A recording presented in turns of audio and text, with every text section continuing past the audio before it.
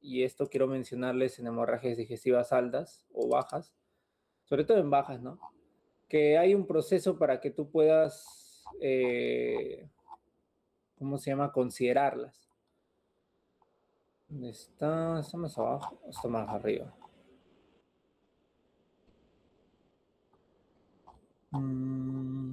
Acá, ¿no?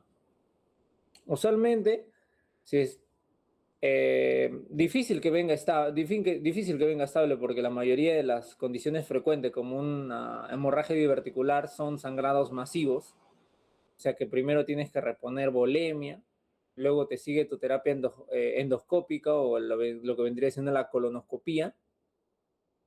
Y usualmente, si es que cuando yo considero la tomografía, porque tienen que saber más o menos cómo es lo que dice la guía sobre cómo darlo, ¿no? Lo que pasa es que hay, entre todas las causas de la hemorragia digestiva baja, hay algunas como por ejemplo la angidisplasia, que tiene dos estirpes, usualmente mayor de 60 años, pero si se trata de malformaciones arteriovenosas, es en jóvenes. Son condiciones que normalmente son sangrados, que por más de que yo intento reponer volemia, me sigue dando inestabilidad hemodinámica. Y pues yo no puedo hacer una colonoscopia mientras mi paciente esté inestable hemodinámicamente. Ahora pónganselo en un caso clínico en el que se te dice que un paciente que ustedes han tenido se le puso paquetes globulares, se le puso manejo de fluidoterapia y sigue inestable. Se le volvió a realizar fluidoterapia y sigue inestable. Lo que tú tienes que hacer por consideración es buscar, ¿cómo se llama?, de por qué no está recuperando directamente la volemia, aunque no, aunque sea, es refractariedad, es como una refractariedad. Y en este caso, por más que yo intente recuperar la volemia, nunca me va a responder, ya sea por la gravedad de la situación. Yo le hago una colonoscopia, no podría hacerlo, porque sigue inestable hemodinámicamente. Lo que yo podría hacer, ¿no?, es pasar a estudios menos invasivos para que yo pueda detectar algunas etiologías y saber cómo tratarlo ya de frente, ya sea por tomografías o arterografías, ¿no? Estas condiciones que recién ahí yo podría considerar este tipo de estudios. No me acuerdo si es que lo mencionaban acá. Siempre y cuando la paciente sea refractaria o permanezca grave, ¿no? Se le puede considerar la angiotac, ¿no? Para más o menos identificar una causa fuera del daño y resolverlo lo más pronto posible, pues.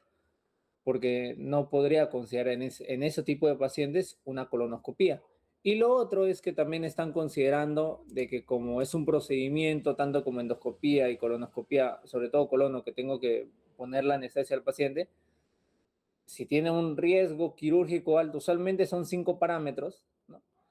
Pero si es que ya está en el borde, mejor me voy por un estudio menos invasivo, aprovechando que es hemodinámicamente estable, ¿no? Aprovechando que es hemodinámicamente estable y yo puedo abundar algunos estudios en mi paciente para aprovechar si es que era realmente o si es realmente necesaria una colonoscopía, ¿no? Son como dos trazas o dos algoritmos que te pueden servir a la hora de sospechar el uso de una tomografía en este tipo de pacientes, ¿no? En este tipo de pacientes. Porque si te ponen de frente a un paciente hemodinámicamente inestable es reponer volemia, colono o endoscopía. Así de simple. Solo estoy hablando en ese tipo de dos casos particulares en el cual yo puedo considerar abundar estudios como la angiotomografía, la arteriografía o tomografía per se, ¿no? Solo en esas condiciones yo puedo pensarlos.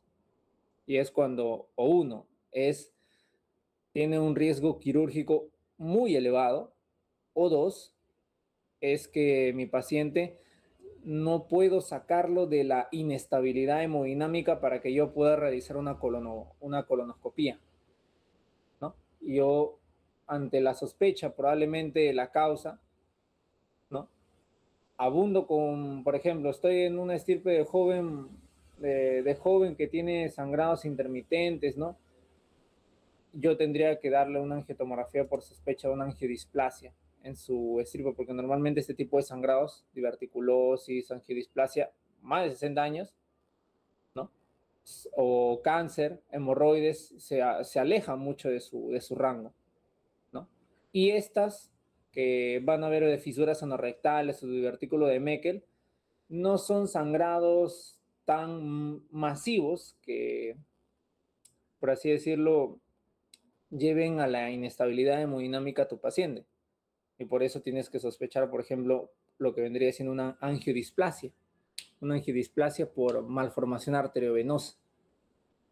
¿Listo? Porque recuerden que hay dos tipos. Hay dos tipos. Hay un estirpe que es para más de 60 años y hay otro que es específicamente malformaciones arteriovenosas que es para jóvenes. ¿Esta pregunta me entendieron? ¿Alguna duda, alguna pregunta? Solo si es que tienen acá, te dice este riesgo quirúrgico alto. Si te dice que es 1 de 4, ¿no? Ya de frente ahí consideren la preparación de polietilenglicol por zona nasogástrica o gastrosquisis. ¿Esa parte me entendieron? Ya, perfecto. También acuérdense de las etiologías, ¿no? Un poquito alejado, ¿no? De uno que otro. Más acuérdense de la diverticulosis, ¿no? Recuerden que la diverticulosis tiene dos complicaciones, ¿no? Diverticulitis y hemorragia diverticular. Usualmente la diverticulosis per se no tiene síntomas. Cuando se complica con hemorragia diverticular, ahí recién hace su sangrado masivo, indoloro, autolimitante, ¿no? Que junto con estos tres son de los sangrados más importantes de la adultez, ¿no? Que te pueden llamar la atención, ya sea si es que o uno tiene el paciente añoso, baja de peso, ¿cómo se llama? Algunos signos patoneumónicos que te sospechen de cáncer de colon o cáncer de estómago, entre otros. Ya, pues estamos hablando de algo de cáncer. No tiene ningún factor de riesgo y empezó a desarrollarlo paciente añoso angiodisplasia, ¿no? Y diverticulosis, pacientes que tienen muchos factores de riesgo, síndrome metabólico, dislipidemias, ¿no? Diabetes, etcétera, ¿no? Obviamente esto prevalece en nuestro medio por la comida prevalente en grasas saturadas y carbohidratos, ¿no? ¿Qué otra cosa también necesito que sepan? Acuérdense, hemorragia digestiva alta. Hemorragia digestiva alta es bastante importante para que tú puedas tratar a tu paciente. ¿Ya? Te pueden venir. ¿Cuáles son las dos causas de hemorragia digestiva alta que tienen que descartar primero? O las que son así importantes que te vienen de medicina interna. Algunas los tienes que derivar por gastroenterología, porque tienen otras complicaciones. Pero son dos tipos de hemorragia digestiva alta. ¿Alguien se acuerda?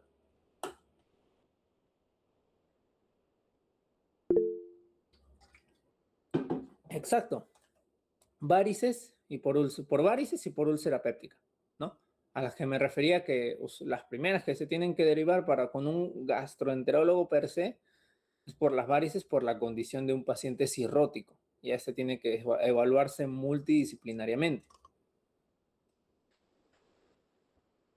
Ya, entonces esas dos son las más importantes y lo que primero tienen que tener en cuenta, ¿no? Primero, en un sangrado, al momento de verlo por una endoscopía, que esto ha sido bastante preguntado, la escala de Forrest.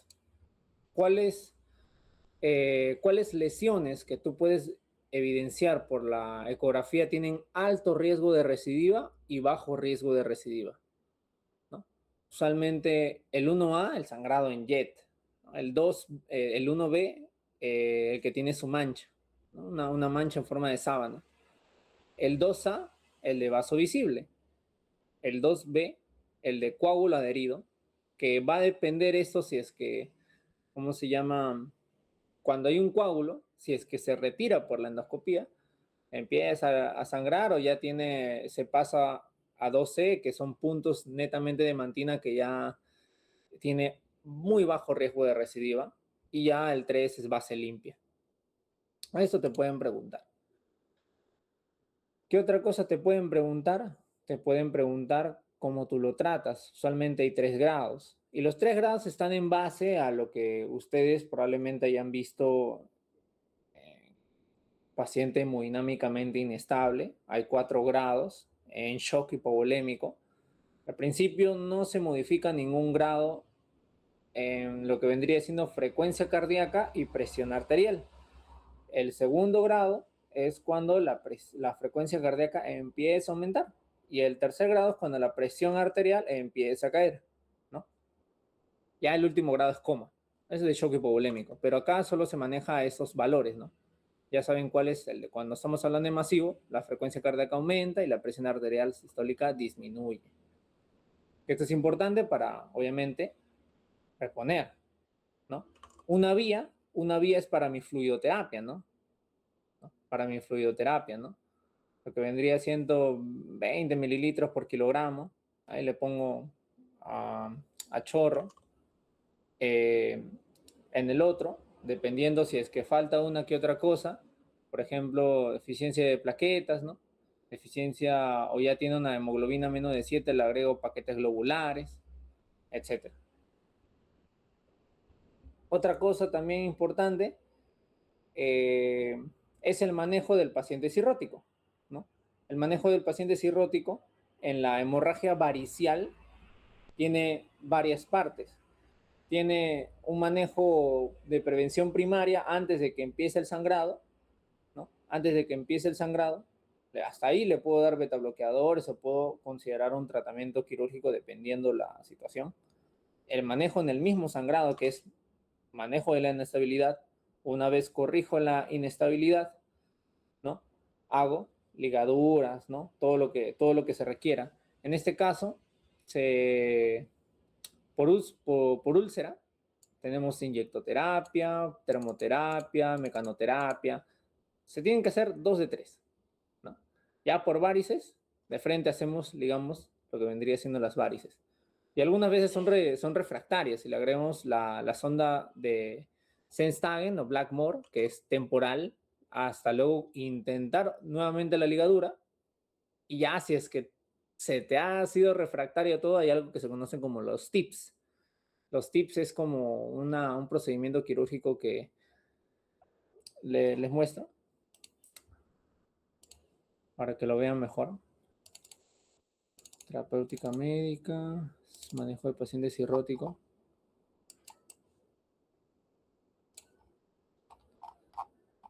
¿No? Este es de prevención primaria. Puedo darle betabloqueadores, puedo hacer tratamiento endoscópico para anticiparme, ¿no? Obviamente esto es reservado, ¿no? Para pacientes que incluso con esto no han mejorado con los betabloqueadores. Primaria, antes de que sangre.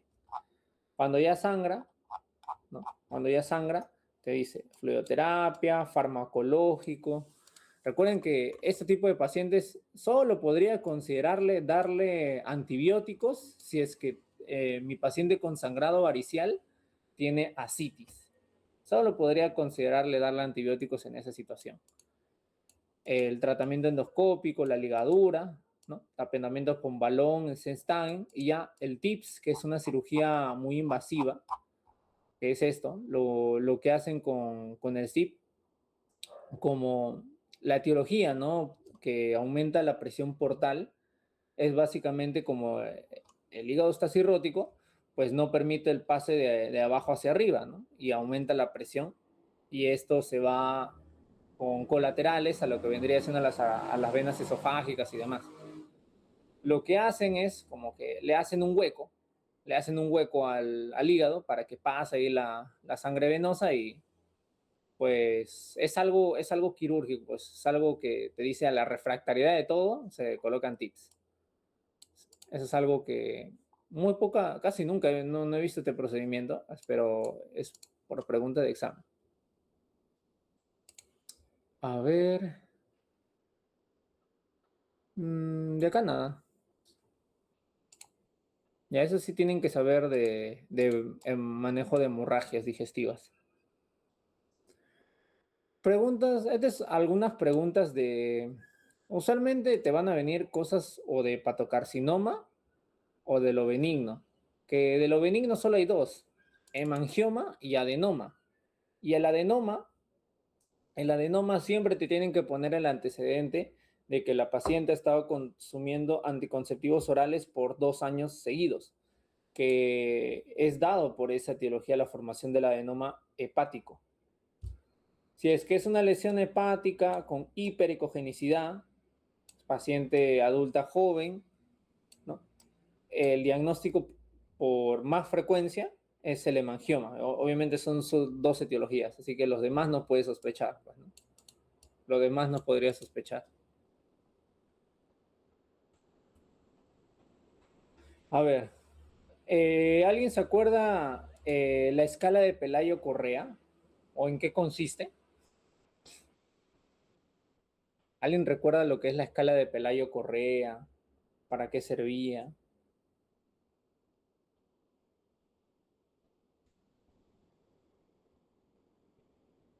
En lo que voy respondiendo un post-test. Para cáncer gástrico. Exacto, para cáncer gástrico. Y esto lo que hacía, ¿no? En lo que voy respondiendo mi post-test, esto lo que hacía o trataba de explicarte era mencionarte la evolución. Silvera. A ver, un ratito.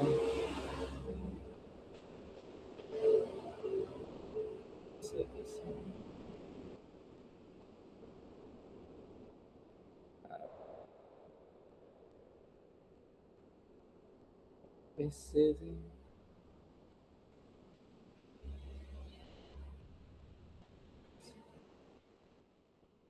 Sí, y ahora sí ya terminé.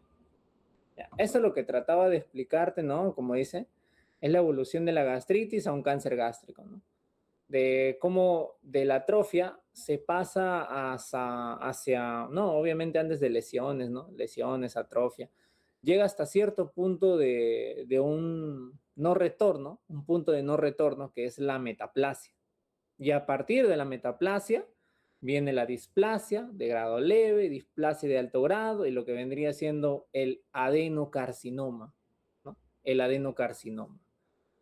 Esta condición es bastante frecuente porque te dice más o menos cuándo yo a los pacientes tengo que vigilarlos endoscópicamente, porque ya cuando tienen metaplasia, usualmente el screening de la endoscopía, más o menos se acuerdan a qué edad era el screening de la endoscopía.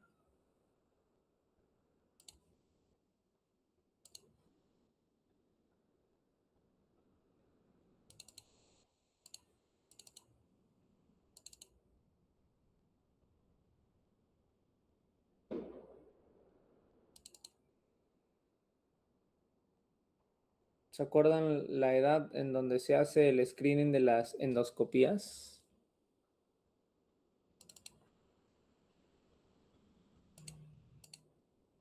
Por ejemplo, colonoscopía, cantado, 50 años, actualmente 45. Y si es que tiene, por ejemplo, algunas condiciones familiares, se puede hacer mucho antes, 25, 10 años, ¿no? La endoscopía, 40 años, ¿no? Es el punto de inicio donde se hace ese tamizaje. Y dependiendo si es que tiene metaplasia, displasia de grado leve, displasia de alto grado, yo voy a hacerle sus controles, ¿no? ¿Dónde está? Esa es la cascada de Pelayo-Correa, ¿no? De una mucosa lesiva, infecciones, una gastritis atrófica, metaplasia, displasia, cáncer gástrico. Más frecuente, adenocarcinoma gástrico, ¿no? Eso es lo que quiero que tengan en cuenta. Es el más frecuente. El segundo más frecuente es el cáncer GIST, ¿no? El cáncer GIST que es de un linfoma, ¿no? No Hodgkin, obviamente, es de un, digo, perdón, de este, me había confundido. El linfoma gástrico es el segundo. Ahí está, linfoma MALT es un linfoma no Hodgkin, uno de los tipos que es gástrico y solo se trata con quimioterapia. No necesita una cirugía así como un adenocarcinoma, ¿no? Y hay otros como tumores de las células intersticiales de Cajal, que son los tumores HIST. Son los tumores HIST. A ver, creo que lo tenía acá el... Bueno, creo que no está. Ya bueno.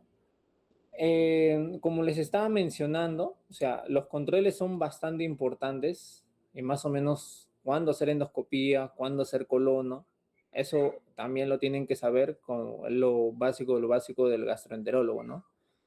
¿Y por qué más o menos a partir de los 40 años, 50 años? Porque es el inicio del pico de la frecuencia de estos cánceres que se han encontrado, ¿no? Obviamente a nivel mundial, si es que hablamos de cáncer esofágico, porque les estoy poniendo tendencias nuevas, el cáncer epidermoide actualmente es el más frecuente. El adenocarcinoma de esófago ahora es el segundo. Y ahora, bueno, acá uno de los más importantes en estómago es el adenocarcinoma tal cual, por eso el Pelayo Correa. ¿Qué otra cosa? Para úlcera péptica, tienen que acordarse la diferencia de cuál es duodenal y cuál es gástrica, porque te pueden venir algunas preguntas de cuáles son las etiologías más frecuentes. Y es diferente la gástrica, porque la gástrica, de las etiologías más frecuentes, exceptuando la Helicobacter pylori, porque está en ambos, son los AINES, ¿no? Por eso es gástrica.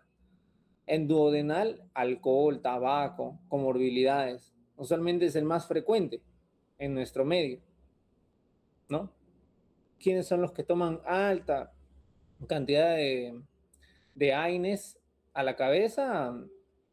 ¿Cómo se llama? Norteamérica, ¿no? Estados Unidos. Y la clínica también es distinta, ¿no? El duodenal mejora, ¿no? Alivia con la comida. Y en la gástrica es al contrario, empeora con la comida.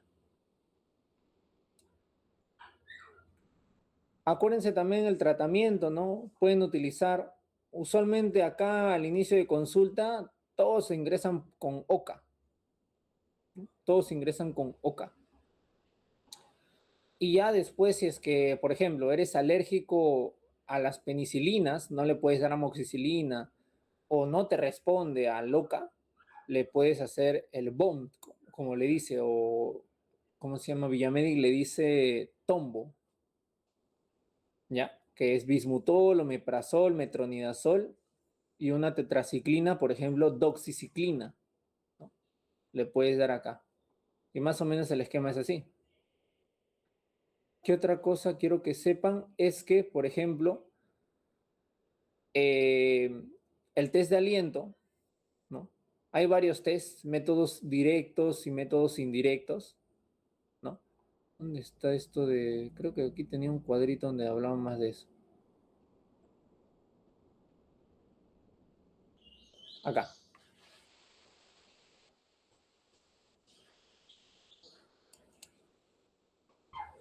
Acá están los tests que les estaba mencionando. Usualmente de los que frecuentemente se utilizan, el test de ureasa y el test de aliento.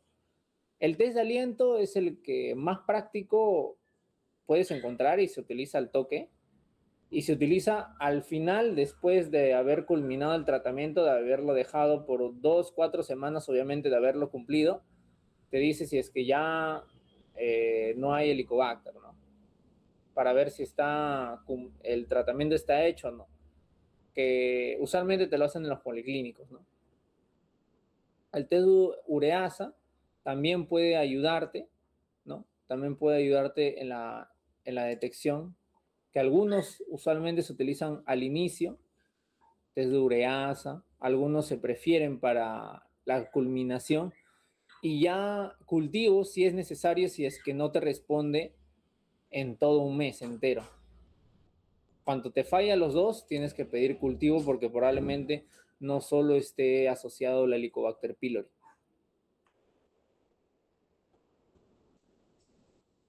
Tengan cuidado con las complicaciones, que pocas veces he visto preguntas, pero si he visto preguntas, he visto esta, la perforación.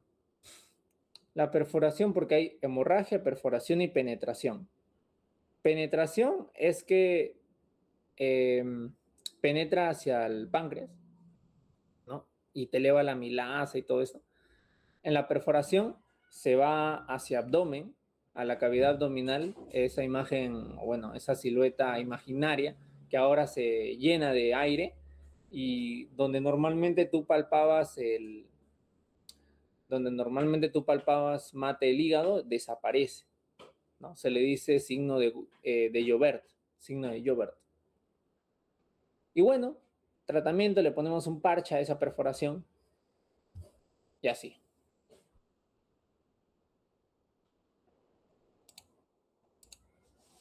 En esta pregunta, de todo lo que les he mencionado, o sea, prácticamente sí tienen que saber cuáles son los estadios de la escalera de Pelayo Correa. Te van a poner un caso donde vas a tener que leer todo el caso clínico y te va a decir, de todo lo que te ha mencionado, ¿no? ¿Qué hallazgo usted cree que es posible que persista en el control endoscópico 2 años después? Una gastritis que hayas tenido, porque yo ya he tenido gastritis, he tenido varios compañeros colegas que han tenido gastritis y se ha resuelto, ¿no? Se resuelven usualmente. La metaplasia, o sea, definitivo, lo va a persistir toda la vida. ¿Ya? A partir de aquí, que es el punto de no retorno, ya es, ¿no?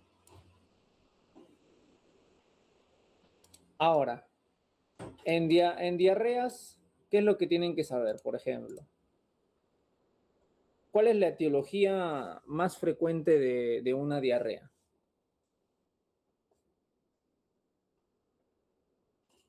Al menos por infecciosa, ¿no? De las diarreas infecciosas, ¿cuál es la etiología más frecuente? ¿Y cuál es el tratamiento más frecuente para una diarrea? Claro, es viral. Y por ende, su tratamiento no va a ser antibióticos, ¿no? Muchas veces, ¿cómo se llama? Las farmacias te recomiendan, incluso para una gripe, te recomiendan dar antibióticos, que no es lo correcto, si es que no tiene fiebre y demás.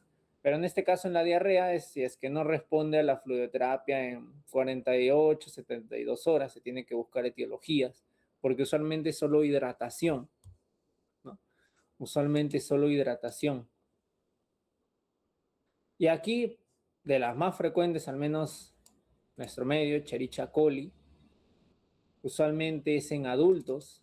Los jóvenes tienen más viral, ¿no? Por eso esta pregunta está incorrecta. Los enteroinvasivos, patógenos enteroinvasivos, producen moco y sangre, ¿no? Diarreas inflamatorias, ¿no? Las diarreas de etiología viral suelen autolimitarse, eso es verdadero, ¿no? Eso es verdadero. En todos los casos debe indicarse cobertura antibiótico falso. A ver, hablando un poco de ello.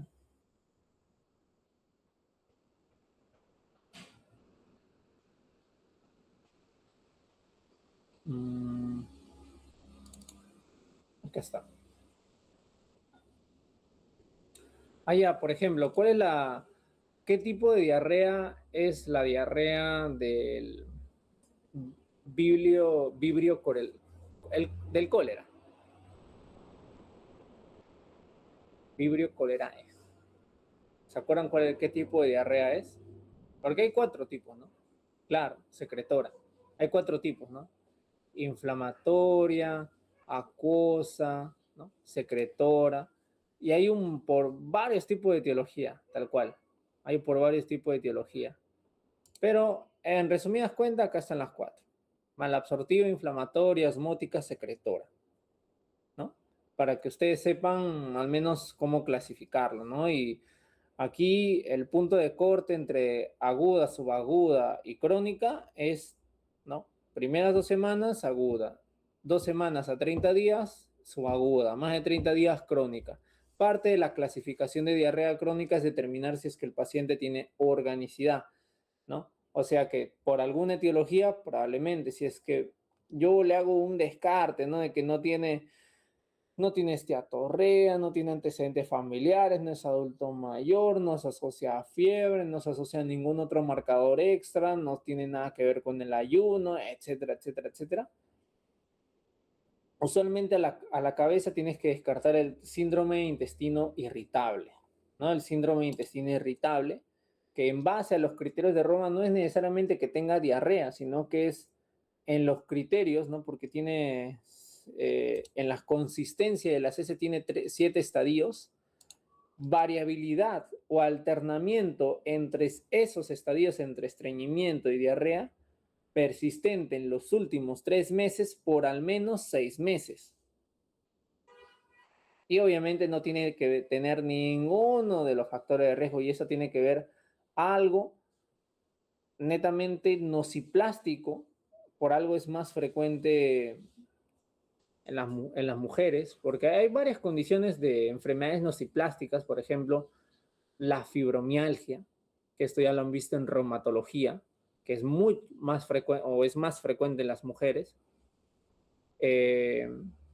Lo que vendría siendo la migraña, ¿no? O ya el síndrome de intestino irritable, son estas condiciones, ya sea por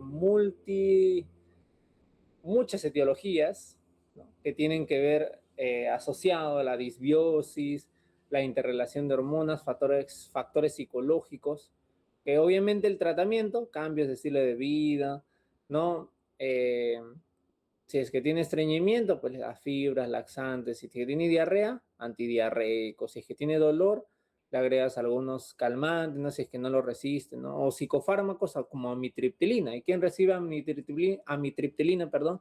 La misma persona que recibía para fibromialgia, ¿no? Porque son condiciones donde el dolor, la molestia, no viene necesariamente en el intestino, por más que se presente esa molestia, sino que viene más de la percepción de ese dolor que está a nivel central y por eso se le da estos fármacos, ¿no?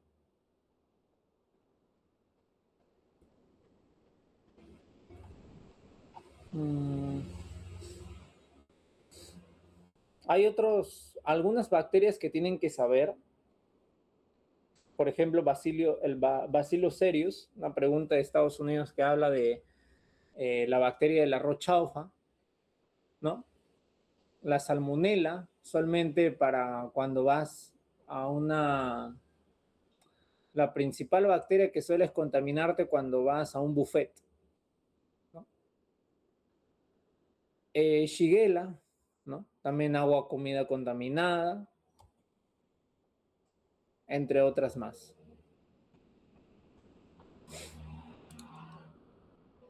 Y hay una más.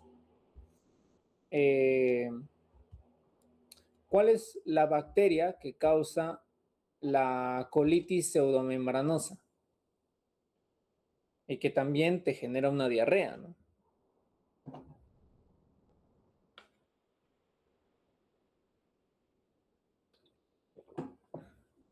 Esa pregunta solo la he visto una vez en banco, pero igual tienen que acordarse. Exacto, el Clostridium difficile, ¿no? Así que eso tienen que recordarlo porque estos pacientes consumen de forma prolongada antibióticos como por ejemplo el metronidazol, cefalosporinas, fluoroquinolonas, que esto condiciona una disbiosis y esto puede atraer a este tipo de bacterias y ya pues obviamente son intrahospitalarios y te tienen que tratar.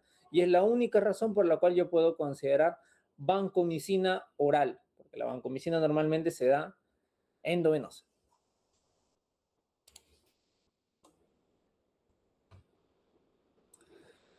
A ver, te dice paciente, mujer de 60 años, ingresa a emergencia por tiempo de enfermedad de 3 días, caracterizado por deposiciones líquidas, sin moco, sin sangre, aproximadamente 10 cámaras, asociada a distensión abdominal, ni a fiebre, ni a náuseas, ni a vómitos. Al examen mucosa oral húmeda. Cuando un paciente tiene anemia, no tengo que ver mucosas, ¿no? Tengo que ver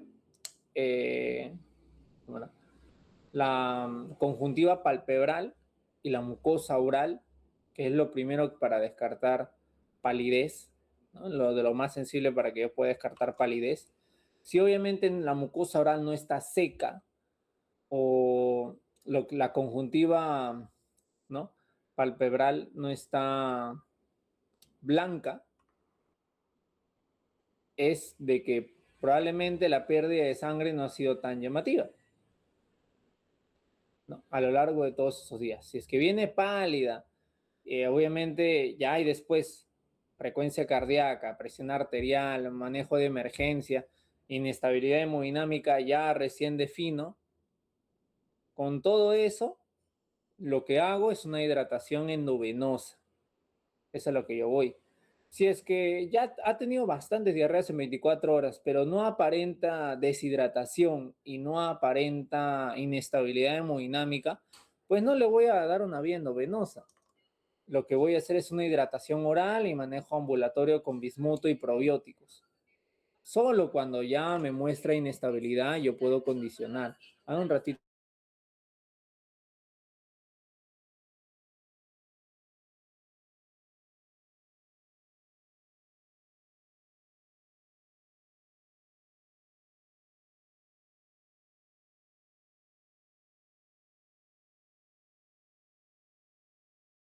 Y ahora sí. Solo, no me olvidé de qué estaba hablando. Ya. Solo en esa condición yo puedo considerar endovenoso. ¿Ya? Pero si es que puedo intentar hidratación oral, lo voy a hacer. Y es preferible, ¿no? Suero de rehidratación oral y solicito examen de heces. Exámenes, abundar, etiologías, usualmente se hace después de que no te haya respondido la hidratación y demás.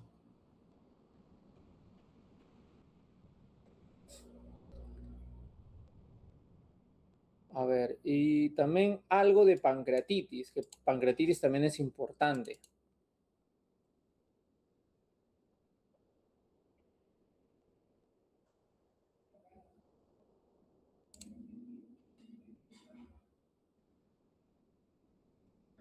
A ver, a ver, a ver. Lo que tienen que saber es cómo clasificar. Primero, el diagnóstico, ¿no? El diagnóstico de la pancreatitis es 2 de 3. Clínico, laboratorial e imagenológico. Con que tenga 2, ya hago el diagnóstico, ¿no? Segundo, lo que tengo que hacer es identificar si es que es leve, moderado a severo o ya severo tal cual. Y el moderado a severo o severo es si es que ha estado inestable hemodinámicamente, ya sea transitorio o permanente, o si es que tiene complicaciones locales. Que las complicaciones locales son un total de 4. Obviamente dependiendo la semana de presentación y la evolución. ¿Dónde está? Estas son las 4 complicaciones locales, ¿no? Que dependiendo la semana, si es por un edema alrededor del páncreas, que es limpio, es una colección fluida peripancreática aguda, que después de las 4 semanas se hace una cápsula que la engloba todo este líquido para que, y es la razón por la cual de que yo después de las 4 semanas le hago un drenaje, porque ahí tiene una cápsula, antes no. En pancreatitis necrotizante, antes de las 4 semanas solo hay colección necrótica aguda, que esto encapsula una necrosis amurallada, ¿no?, después de las 4 semanas. Ahora, vamos a ver este espectro. Hay varias etiologías, ¿no? La más frecuente, litiasis por alcohol. Pero todos estos, todos estos factores condicionan a solo un paso: la activación precoz de las enzimas pancreáticas que terminan lesionando el páncreas y haciendo necrosis, ¿no? Todo lo que viene siendo después. Y ya, eso es lo que condiciona la pancreatitis aguda. Las 2 primeras a la cabeza.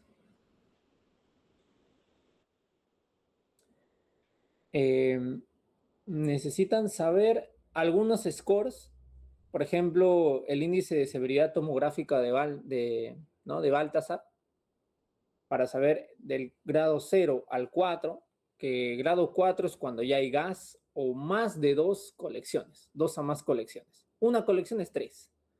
Solo inflamación de grasa, 2. Y edema, 1. Uh-huh. ¿Qué otra cosa? Marshall también se utiliza para ver el pronóstico, ¿no? Y la severidad con falla de órgano. Tienes este algoritmo de tratamiento, que al inicio se va por dieta absoluta, por lo que vendría siendo una zona nasoentérica, ¿no? Fluidoterapia. Primero fluidoterapia, porque ya, ahí vamos a hablar después de eso, y analgésicos. ¿Qué pasa si es que la fluidoterapia ya veo que el paciente empieza a tolerar el apetito, vuelven a tener ruidos hidroaéreos, ¿no? Ya no tiene síntomas? Yo cambio a vía oral, pero si es que persisten los síntomas, no responden, no es bueno que permanezca con la vía endovenosa. Así que yo le voy a dar soporte nasoentérico, ¿no? Un soporte enteral, como un tubito que vaya directamente al intestino delgado y lo voy alimentando por ahí, ¿no? Ahora, a todas las pancreatitis les voy a dar antibióticos. ¿Ustedes qué dicen? A todas las pancreatitis le dan antibióticos. No, solo cuando hay un proceso infeccioso. Ujú, exactamente. Solo cuando hay consenso de una necrosis, ¿no? Fiebre, dolor abdominal, ya cuando se ha formado una colección, un absceso, ahí ya podría considerar dar antibióticos, ¿no? Y otros procedimientos, ya sea dependiendo las complicaciones locales que tenga, o un drenaje, o en el caso de la necrosis, una necrosectomía. Según mortalidad, en las primeras 2 semanas lo que debería preocuparme es por una falla de órganos, obviamente que se resuelve con fluidoterapia y demás. Después de las 2 semanas me puedo morir por la necrosis, ¿no? Y es por eso que ya después acá la cirugía es de los importantes. ¿Qué otra cosa tienen que saber? Bueno, esto lo pueden tomar una captura que también es importante que lo tengan en cuenta. La CEPRE no es de rutina hacerlo en las pancreatitis. Solo las hago cuando tengo en evidencia que mi paciente de la etiología es por la litiasis y sigue con los cálculos en la misma vesícula, en lo que yo le voy ampliando estudios. Ahí recién puedo condicionar una CEPRE para tratamiento, ¿no? Si es que, por ejemplo, tiene la triada de Charcot, que la triada de Charcot, ¿se acuerdan para qué etiología es? Es una de de los tantos nombres que empiezan con C.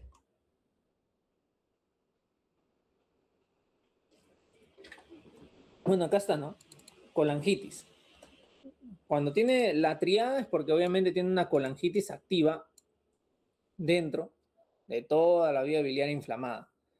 Obviamente probablemente esa etiología del cálculo, que se haya inflamado y se haya infectado. Y ahí se le hace una CEPRE en las primeras 24 horas para desobstruir. Dependiendo, obviamente, el tipo de condición que se tenga. Pero normalmente solo con sospechas de colangitis se puede hacer una CEPRE. Normalmente no es algo que se haría en una pancreatitis sola. Ya. Ahora, en pancreatitis crónica, que pancreatitis crónica sí viene bastante, es una alteración de la disfunción exocrina y endocrina, que obviamente el tratamiento es un reemplazo enzimático, o sea que ya no va a haber enzimas que lo produzcan, es un reemplazo enzimático. Que el manejo es conservador y si es que no te responde, cirugía. ¿Cuándo? Cuando dolores intratables, fístula pancreática, pseudoquistes complicados y obviamente la pancreatitis crónica condiciona al riesgo de cáncer. Todo riesgo de cáncer obviamente se tiene que sacar. De los exámenes que más se utilizan es la el test de secretina, ¿ya? El test de secretina. Y bueno, la esteatorrea que también la podemos ver y la podemos cuantificar con la visión. De acá otra cosa. Acá ya nada. Te dicen, con respecto a la pancreatitis crónica, marque lo correcto. Es un proceso inflamatorio crónico irreversible. Comprende únicamente la función exocrina, eso es falso. Uno de los cambios morfológicos más característicos es la dilatación del colédoco. No necesariamente dilatan el colédoco, ¿ya? La insuficiencia pancreática exocrina puede ser reversible. No, eso es falso. Al menos de pancreatitis crónica. Porque aquí, si es que tienen dudas en la C, hay varias condiciones que pueden dilatarte el colédoco, desde una inflamación hasta el mismo envejecimiento de forma leve. Así que no es el más característico que digamos. Ahora, manejo de cirrótico. Ustedes saben que hay 3 grados, ¿no? En la 3, el grado 3 es paracentesis evacuatoria.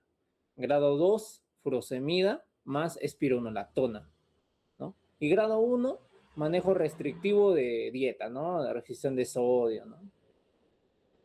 En el 2, acá, ¿qué dice? ¿Cuál de las siguientes no es alternativa en el manejo habitual? Si te hubiera dicho cuál es, yo hubiera marcado esto. Si te dice cuál no es, obviamente es la D.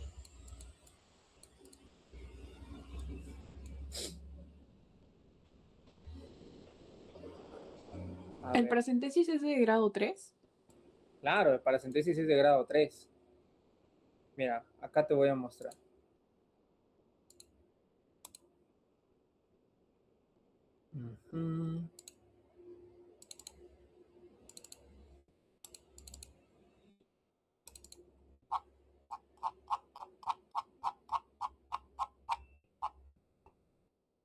Tenemos esos 3 grados. Y aquí puedes condicionar el primero o únicamente, ¿cómo se llama? Diuréticos solo espironolactona o restricción de sodio. En grado 2, yo puedo condicionar ambos y la dupla, que viene siendo furosemida más espironolactona. La espironolactona se utiliza sobre todo porque tiene un efecto en la hipertensión portal que no tiene la furosemida. También lo utilizan para balancear porque la espironolactona tiene un efecto que no tiene la furosemida, que es lo que vendría siendo la retención del potasio, que en el caso de la furosemida lo elimina. Hacen como un balance. Y, por ejemplo, estos tratamientos de la espironolactona lo habrás visto, por ejemplo, en falla cardíaca. La espironolactona tiene a dosis de 25, tiene dosis antirremodelativa. Y cuando supera esa brecha o esa cantidad, ya le puede dar 60, 80 o 100, son dosis diuréticas, ¿no? Tiene 2 efectos la espironolactona. Y ya en grado 3, aquí puedo condicionar la paracentesis evacuatoria, ¿no? Usualmente en el grado 2, yo voy a dar evolutivamente a mi paciente. Le doy de 100, luego lo duplico, hasta la dosis máxima. Si te dicen cuáles son indicaciones para la paracentesis evacuatoria o grado 3, obviamente, o cuando ya he dado el tope máximo de la dosis de los diuréticos, ¿no? Ya en grado 3 tengo que hacer mi paracentesis evacuatorio de más de 5 litros y reponer con albúmina. Ahora, probablemente de los que estén rotando en 2 de mayo estén un poco confundidos, porque yo también estuve confundido en ese momento. Según las guías, es recomendable solo una paracentesis y ya, hasta ahí queda, solo una. Únicamente de 5 litros, más de 5 litros y ya reposición con albúmina. No se recomienda cada semana hacerle paracentesis así a cada rato.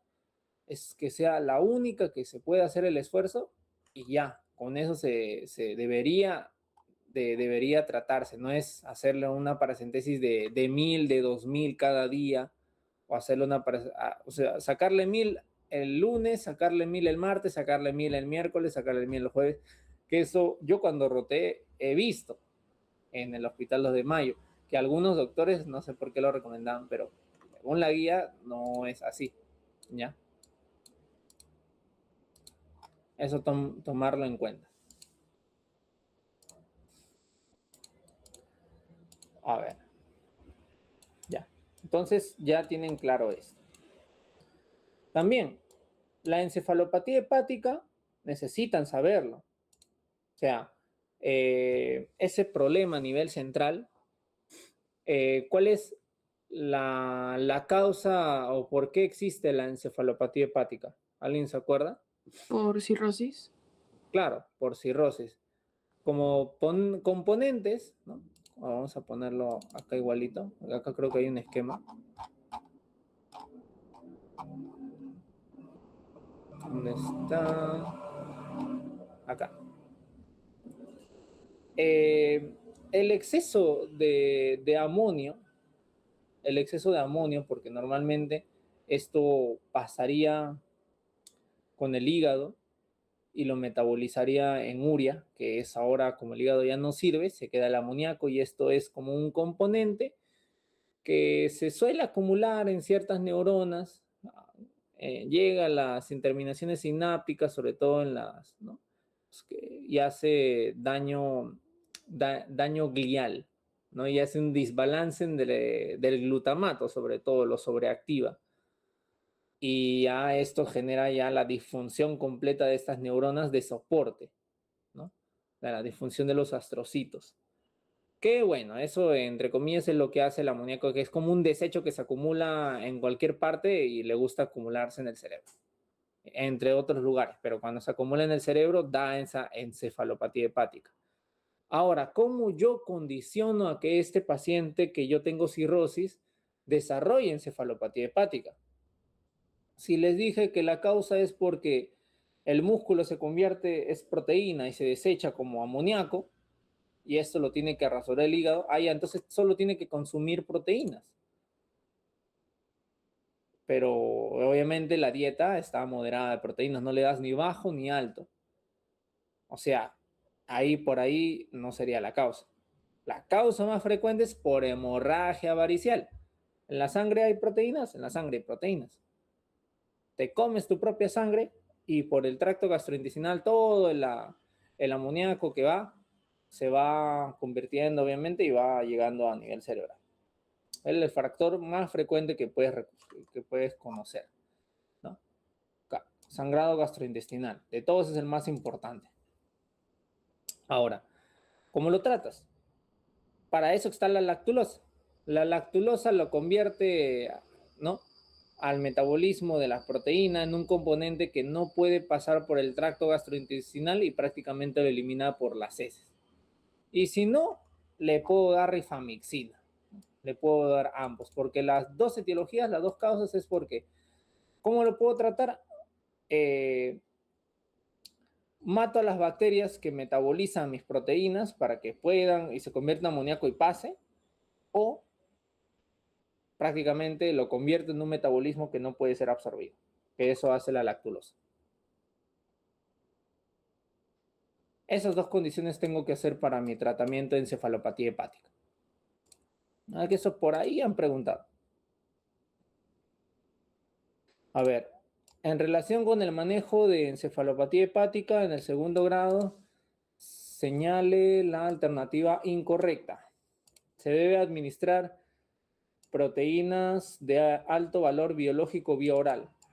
No se restringen las proteínas, no se restringen. Eso tienen que entender. Las proteínas no se restringen. Lactulosa vía oral. El uso de enemas no está indicado tal cual para el tratamiento. ¿La causa de encefalopatía es relevante? Sí.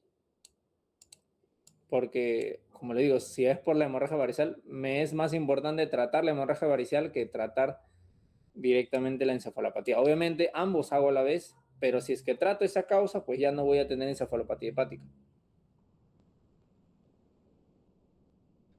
Las deposiciones negras, para un médico internista que tiene que evaluarlos correctamente, tiene que descartar de que realmente sea por sangre. Entre todas las alternativas que tú vas a tener acá, ¿qué es lo que hace el médico internista? Le pone, ¿cómo se llama? Agua oxigenada para ver si hace burbujitas y ya eso es netamente que hay restos de sangre, ¿no?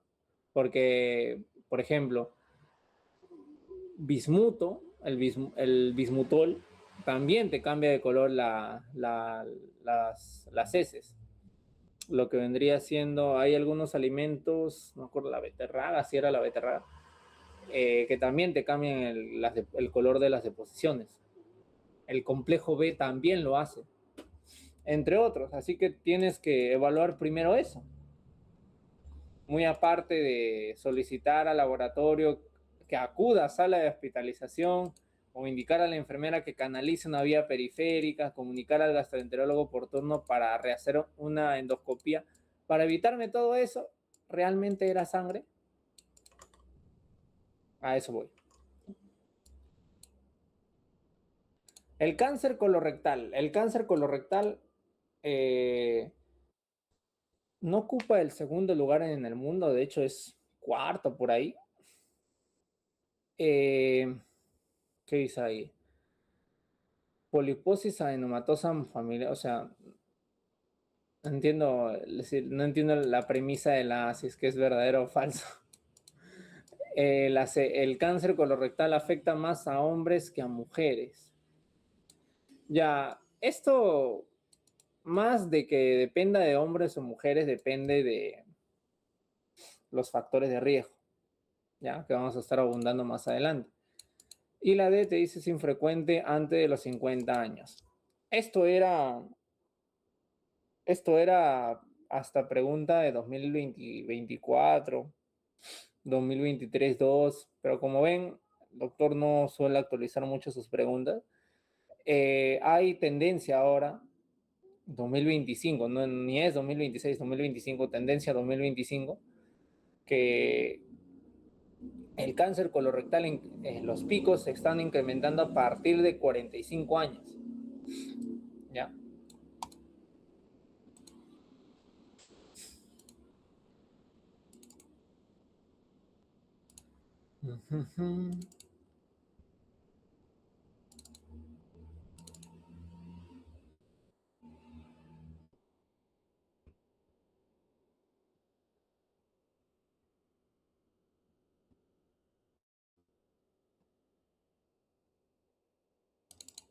No sé si está acá.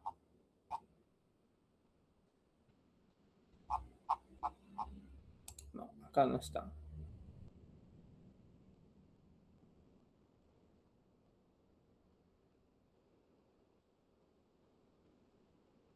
Juraría, ya bueno, si no lo vemos acá en cirugía.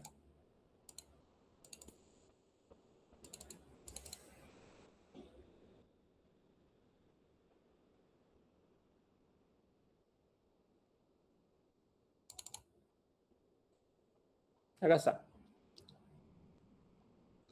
Desde pólipos hasta el mismo cáncer.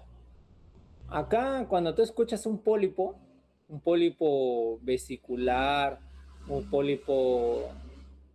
Hay varias ubicaciones de pólipos. ¿Cómo se llama? En el ovario, a nivel del aparato genital femenino, a nivel de la vesícula, a nivel. También hay pancreáticos, también hay, ¿cómo se llama? Sobre todo colónicos, que casi todos, hay algunos que no, predisponen el riesgo de cáncer, ¿no?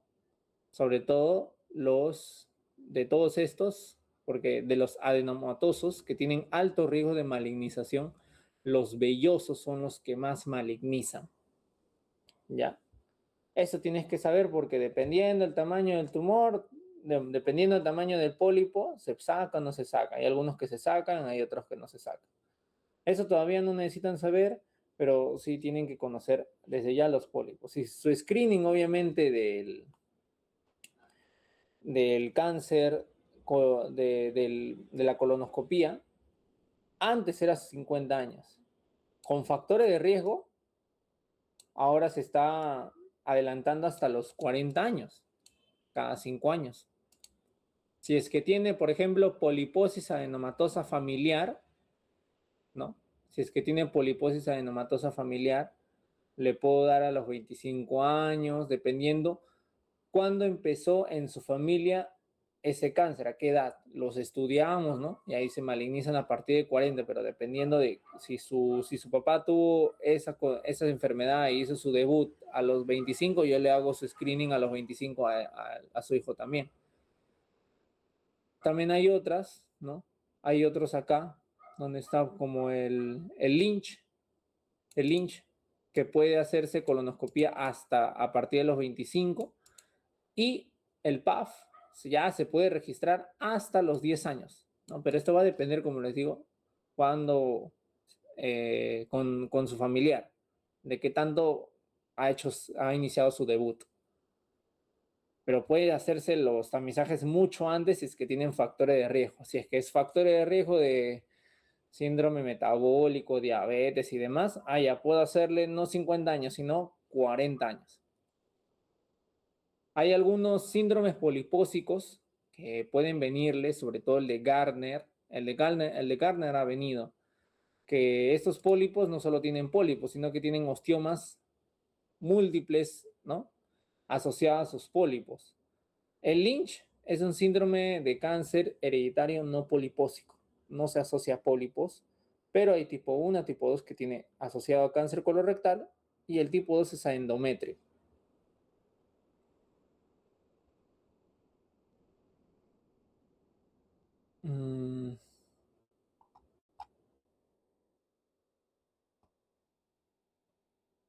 Ya. Es del cáncer colorectal. Básico, cuando el punto de frecuencia, cuál es el más frecuente, el adenocarcinoma, factores de riesgo, factores familiares.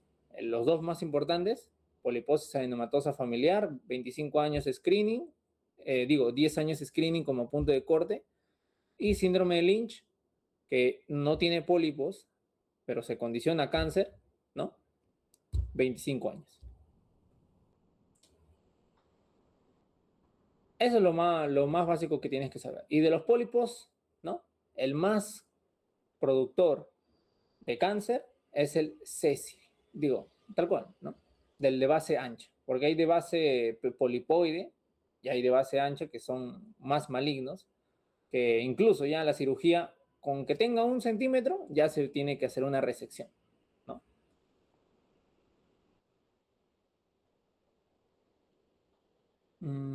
Y ya, pues, eso tienen que saber. Las preguntas para cáncer colorectal usualmente son así. Ya vimos úlcera péptica, ya les había mencionado los factores de riesgo, cuáles son los más frecuentes, por ejemplo. A simple vista te ponen Helicobacter pylori.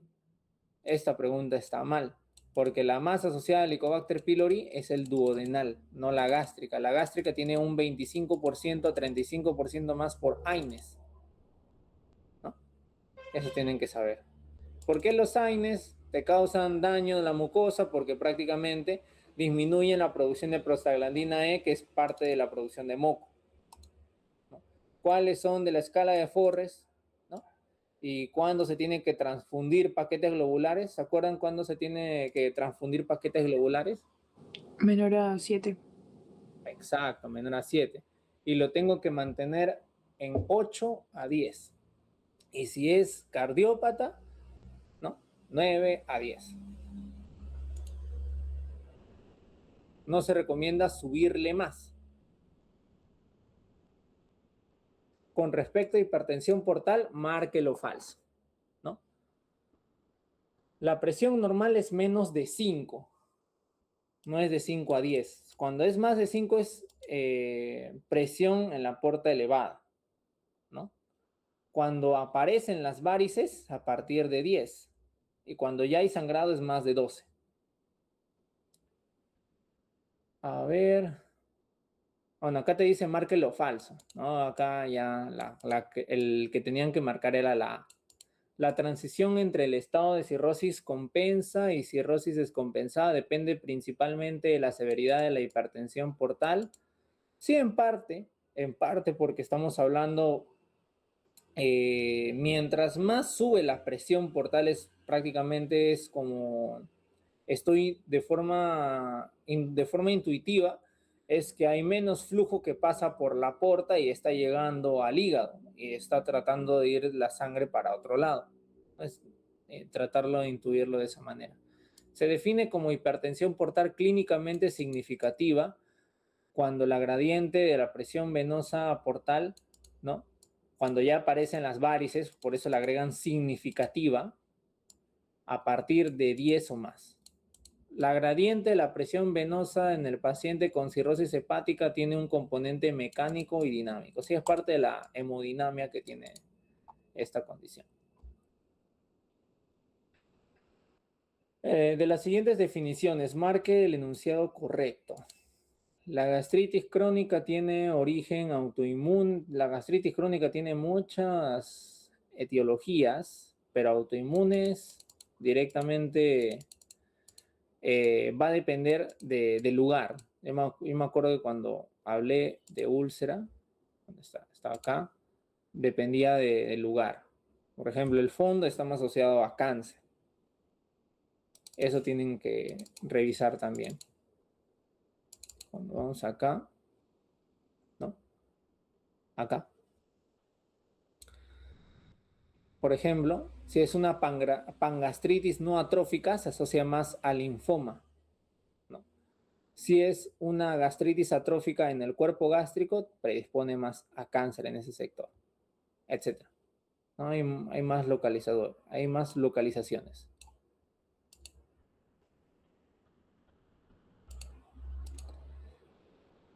A ver, el test de aliento para detectar Helicobacter pylori tiene baja sensibilidad. Esto es falso. De los que tienen alta sensibilidad para detectarlo, usualmente el que cuando más se utiliza es después del tratamiento, 2 o 3 semanas después de haberlo culminado. La principal manifestación sintomática de la gastritis crónica es la disfagia. Usualmente de la gastritis crónica, eso es pasar asintomático. Vamos a verla acá. No me acuerdo dónde había dejado mi PPT de gastritis crónica.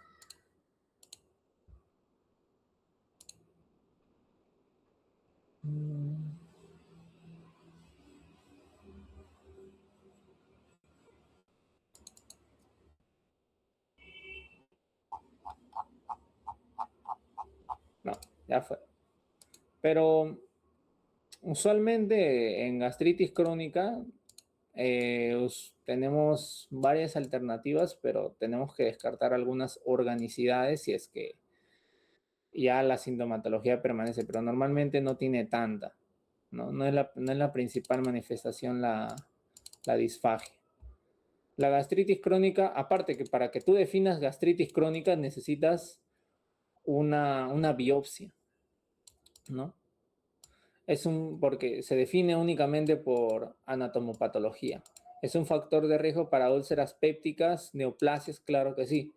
Gastritis crónica predispone a úlceras, y a esas úlceras hasta la atrofia, metaplasia y todo lo demás, ¿no? Sigues el ejemplo de Pelayo Correa.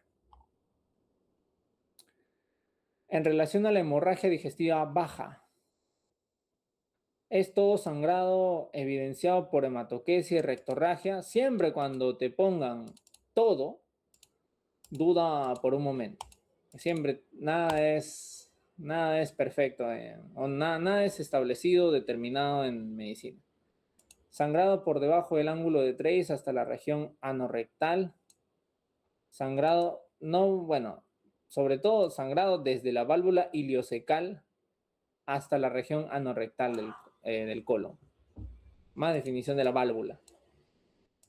Normalmente decían eso, ¿no? Por encima y por debajo del ángulo de Treis.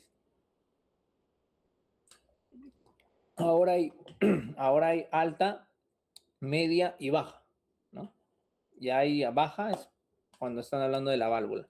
y todo lo que refiere a intestino delgado hasta, no me acuerdo cuál, todo era intestino medio, que ahí habían ciertas cápsulas, que solo lo tiene arriba, me parece, que por ahí podían evidenciar un sangrado en ese sector. La hematoquesia es exclusivo de hemorragia digestiva baja, falso. Falso. Y este es tema de disfagia. Disfagia, lo que tienen que saber es un algoritmo, que al menos yo lo recuerdo con un algoritmo. ¿Dónde está?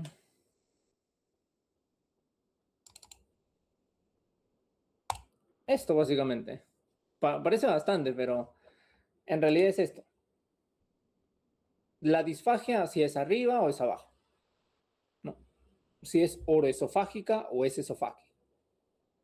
Si es motora o es mecánica. O sea, ¿qué se refiere? Que motora no pasa líquidos ni sólidos. Mecánica solo pasa líquidos, pero no sólidos. ¿No? Y así con ambos. Ahora, el más frecuente, oroesofágico, arriba, porque el tercio superior es, ¿no?, esquelético, es por ACV. Hay otras mecánicas como por ejemplo la halitosis, ¿no? La halitosis por el divertículo de Zenker, que la razón por la cual tiene una halitosis es porque hay una debilidad en ese triángulo de Killian que empuja contenido alimenticio hacia atrás y esto obviamente se pudre, ¿no? Igual de feo. Y hay el aliento, el olor persiste, ¿no? Y huele feo. Si es que permanece sintomático, se tiene que operar, ¿no? Está contraindicada la endoscopía aquí, sobre todo para las oroesofágicas, se contraindica la endoscopía, se prefiere la radiografía. Hay otros más, el síndrome de Plummer-Vinson, que es un factor de riesgo para desarrollo de carcinoma epidermoide del esófago, como también el consumo de cáusticos, detergentes al esófago, lo irrita, ¿no? Y predispone a ese riesgo de carcinoma epidermoide hoy en día el cáncer más frecuente en el esófago. Y ya en el esofágico tenemos acalasia, espasmo difuso de esófago, esclerodermia.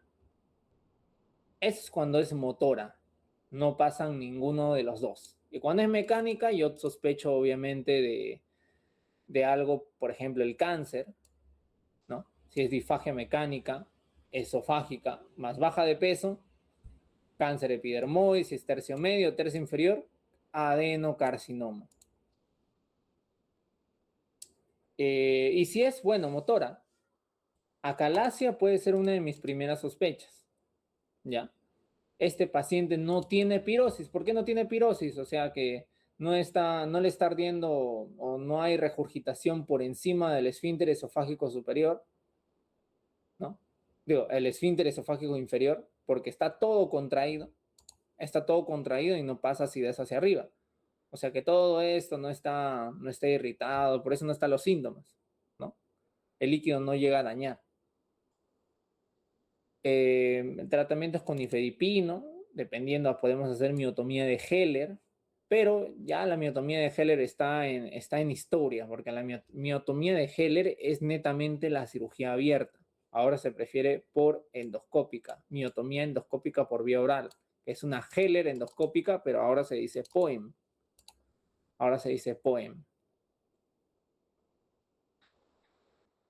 ¿Y cuál es el otro? Espasmo difuso de esófago. Este, obviamente, va a tener pirosis, ¿no? Este va a tener pirosis.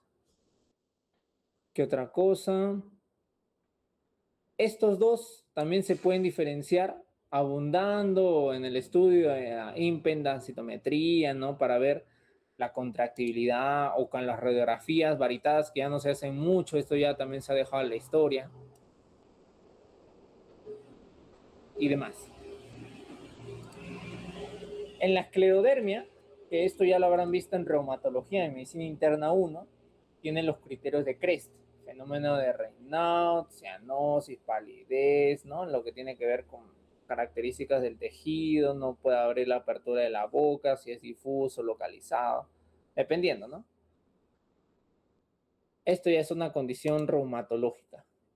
Necesita ciertos datos que te hagan sospechar. Y el tratamiento con inhibidor de bomba de protones. Con todo este cuadro, aquí lo que me dijeron es que no es una motora, es una mecánica. Mecánica que tiene halitosis y está arriba. ¿Cuál voy a sospechar? Divertículo de Sanger. ¿Y así? O sea, necesitan ese algoritmo para que puedan sospechar. Otra cosa que necesitan saber es diferenciar, necesitan aprender a diferenciar con enfermedad de Crohn, ¿no? Y la colitis ulcerosa. Esas dos necesitan diferenciar.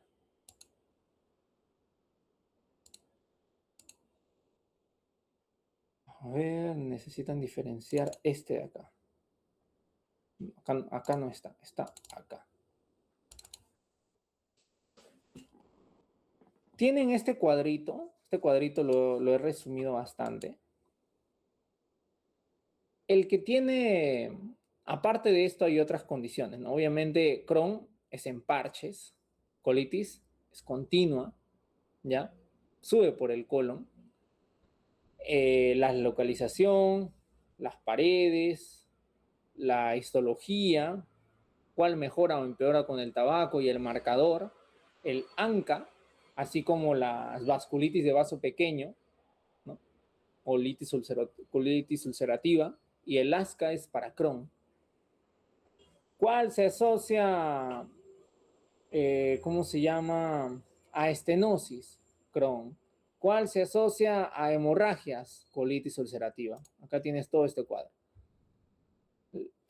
La colitis ulcerosa tiene complicaciones de emergencia, algo agudo que lo puedes compensar al paciente, porque ambas te dan malignización.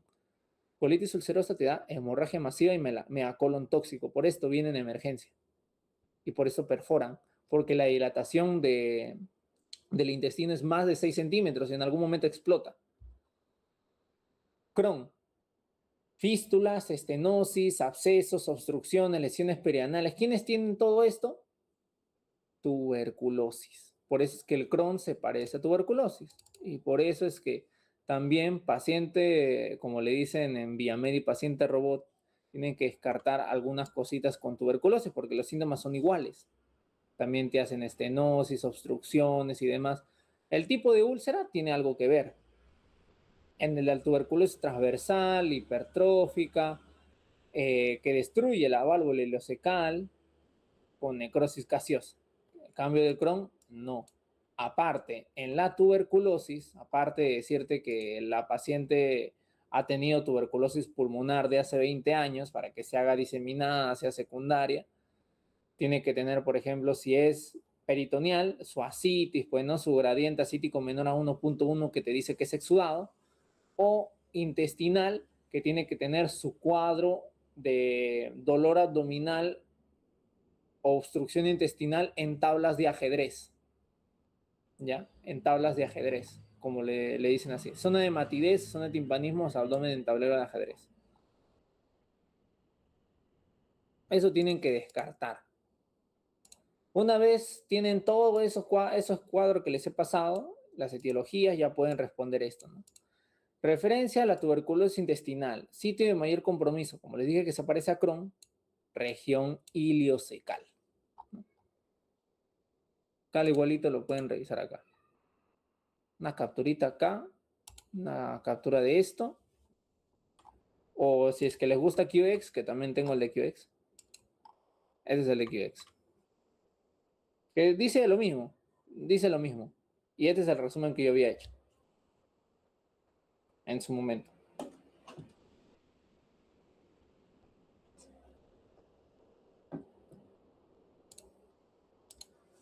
Eso necesitan saber, así cositas importantes. De pancreatitis, miren. Acá, criterios de severidad, Ransom, Apache. Ransom, Apache son los dos primeros. Es Ransom el que más Recuerdo porque es más, no se hace en la vida real, pero es algo que tú ves que ha sido pregunta de examen y ha sido pregunta muy frecuente de examen. Ransom a las 0 horas y a las 48 horas. Después Apache. PCR también es importante como predictor de severidad. La amilasemia no tiene mucho que ver. Van a ver en los criterios, casi nunca utilizan la amilasa más de 3000 como marcador de severidad. ¿Qué otros? Mire, a un paciente de 42 años que refiere que tiene pirosis, desde hace 4 semanas se le realizó una endoscopía alta que no se observó ninguna lesión esofágica, ni duodenal. ¿Cuál de las siguientes afirmaciones es falsa? Primero, ¿esto es normal o no es normal? Esto es un ERGE, es normal. Lo normal es que no, que lo más frecuente es que el ERGE no tenga lesiones visibles, ¿no? Lo normal es que no tenga lesiones visibles.